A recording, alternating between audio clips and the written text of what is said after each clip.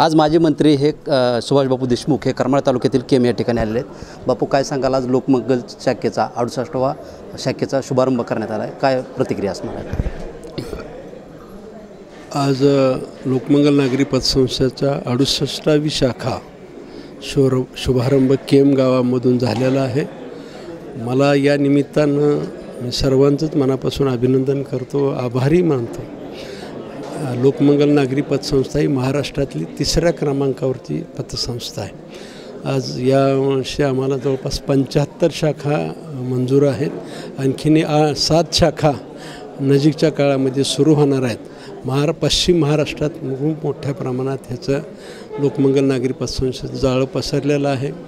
मला असं वाटतं की संस्था हे समाजाच्या, ठेवीदाराच्या, सभासदाच्या विश्वासाला पात्र राहण्यासाठी अहोरात्र प्रयत्न करत आहे। सर्वजण त्यागी भूमिकेतून काम करण्याचा प्रयत्न करत आहेत। विशेष करून मी सोलापूर जिल्ह्यातील आपल्या माध्यमातून आव्हान केलेलं आहे की 27 सप्टेंबर ते 2 ऑक्टोबर हा पर्यटन सप्ताह साजरा करावा। सोलापुरातील नागरिक जे आहेत त्या सोलापुरातील नागरिकांनी आपले जे सोलापूर जिल्ह्याच्या बाहेर असतील, राज्याच्या बाहेर असतील किंवा देशाच्या बाहेर असतील, त्या सर्वांना या सप्ताहामध्ये बोलवावं आणि आपल्या जिल्ह्याचं जे देवदेवता, साधुसंत आहेत, ऐतिहासिक स्थळं आहेत, जे कृषी पर्यटन आहेत, चांगली शेतकरी आहेत, या सगळ्यांचं दर्शन घडून सोलापूरचं मार्केटिंग व्हावं। सोलापूर ही महाराष्ट्राच्या पहिल्या 5मध्ये आणण्यासाठी समस्त सोलापूरकरांनी झटावं अशी विनंती केली।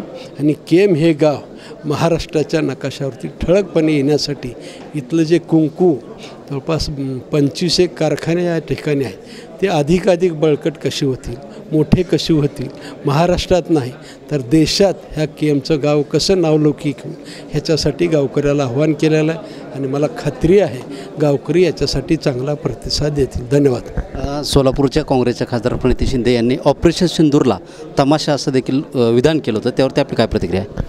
मला असं वाटतं की खरं म्हणजे एक लोकसभेचे सदस्य आहे, सदस्यानं कोणती भाषा वापरावी हे सदस्याला लक्षात यायला पाहिजे होतं।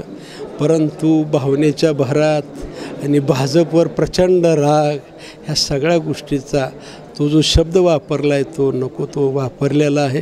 त्यांच्या संस्कृतीला बहुतेक शोभत नसावं असं मला वाटतं। वैयक्तिक काँग्रेस संस्कृतीला नक्की शोभत असेल, पण वैयक्तिक शिंदे परिवाराला हे शोभत नाही असं मला वाटतं आणि ही सोलापूरची नामुष्की आहे।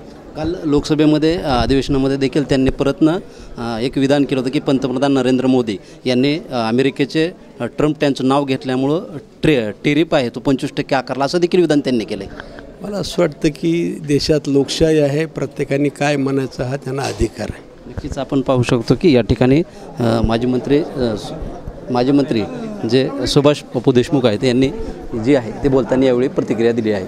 शीतलकुमार मोठे, TV9 मराठी, करमाळा, सोलापूर।